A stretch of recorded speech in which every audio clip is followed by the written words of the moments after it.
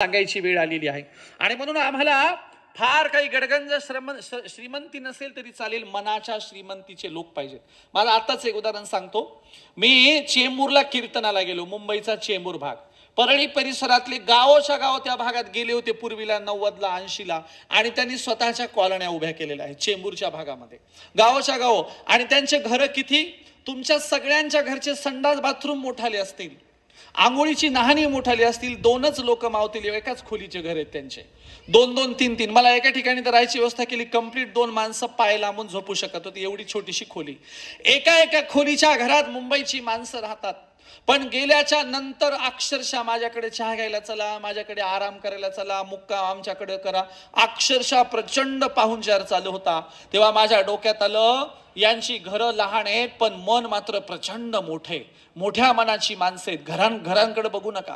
आणि त्याच्या विरुद्ध आपल्याकडे असं आहे, प्रचंड श्रीमंती आली, गडगंज प्रॉपर्टी आली, कपाटाचा नुसता दरवाजा उघडला की बदाबद साड्या खाली पडतात, कपाटाचा नुसता दरवाजा उघडला की बदाबद साड्या खाली पडतात, दागिने अंगावर मावनात, कोणती बोरमाळीची एकदाणी, कोणती दुसरी एकदाणी, कोणती तिसरी एकदाणी, डबल टिबल दागिने आलेत। पण माणुसकी, जुन्या काळासारखी माणुसकी का, गोकुळे का आपल्या घरामध्ये?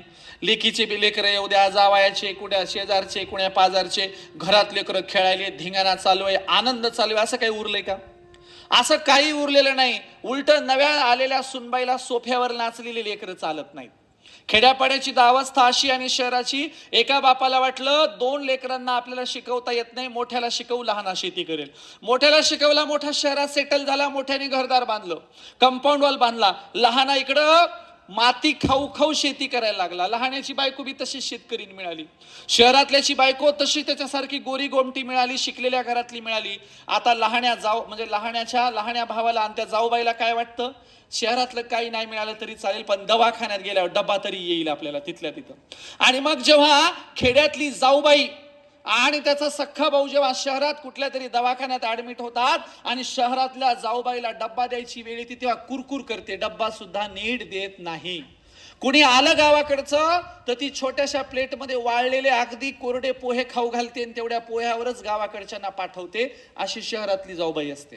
पीक पाणी झालं, सुगी आलं की गावाकडे जाऊबाई येते, कशाला? मात्र न्यायला, खळं न्यायला। शहरातली जाऊबाई आली की खेड्यातली जाऊबाई तिला चुलीपाशी बसून रोज खायला प्यायला करते, तिचं सगळं करते।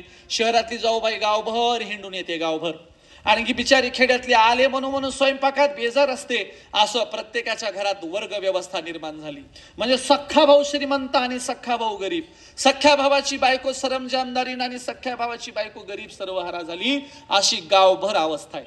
एका गावात लय मोठी शिकलेली प्राध्यापिकीन बाई, लय मोठमोठाले दागिने बिगिने घालून एका दिवशी महागाची साडी घातली आणि गावभर फिरायला लागली।